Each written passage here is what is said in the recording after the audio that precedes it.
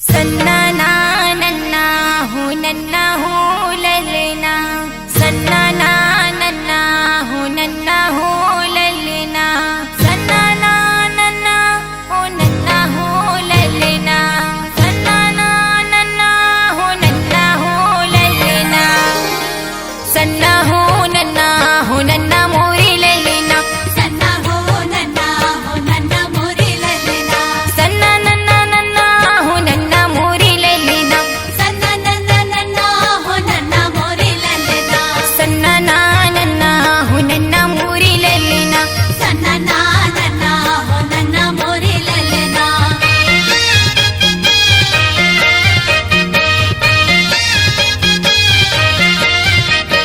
पहिली सुमरनी मोर गुरु घासीदासला, बाबा घासीदासला मोर गुरु घासीदासला, गिरधपुरी माँ जन्म धरे ललना, सत्य की पुजारी अमर होगे नाम गा, गिरधपुरी माँ जन्म धरे ललना, सत्य के पुजारी अमर होगे नाम गा। सन्ना हो नन्ना मोरी ललना, सन्ना हो नन्ना मोरी ललना।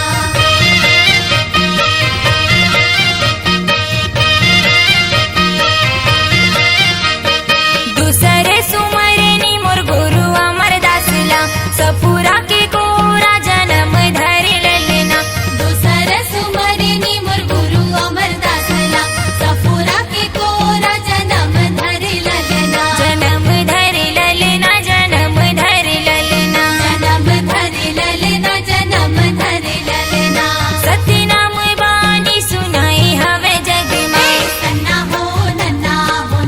मोरी ललना, सन्ना हो नन्ना मोरी ललना।